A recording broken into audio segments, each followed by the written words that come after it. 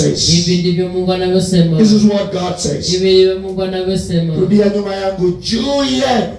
Juu yenu. Ninyi masalio. Ninyi masalio. Katika Yuda.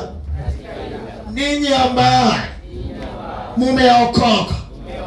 Ninyi ambaye mumeokoka kuzingirwa. Mutashika mizizi yenu tena. Mutashika mizizi yenu tena. Mutashika mizizi yenu tena. Nyinyi mtafanikiwa na mtaongezeka. Nasema ni wewe katika jina la Yesu Kristo. That is you and me. 2026. Make it an year Ifanye mwaka that you will walk with the word of God. Ama utatembea na neno la Mungu. Run away from people kutoka kwa watu who do not believe in the word of God. ambao hawaamini neno la Mungu. The ruler is around.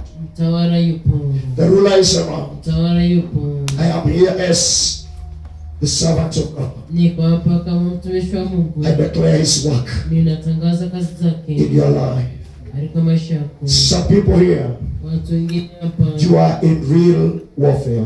nyinyi mko katika vita kweli kweli. Maybe in your health. Labda katika afya yako. Maybe in your family. Labda katika familia yako. But the Lord is saying, Lakini Bwana anasema he will show up atajionyesha as a ruler this year. kama mtawala mwaka huu. And you will take roots again.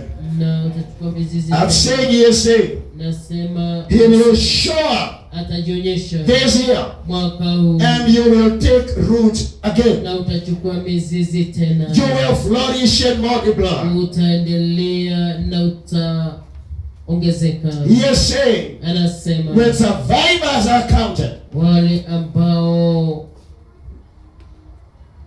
wamenusurika will be counted. Watahesabiwa. You will be among them. Utakuwa katikati. Oh, hallelujah. Amina. When the people will be saying, wakati watu watakuwa nasema it has been tough, ya kwamba ni kubaya, you will tell them, utawaambia it is true. ni kweli It has been tough.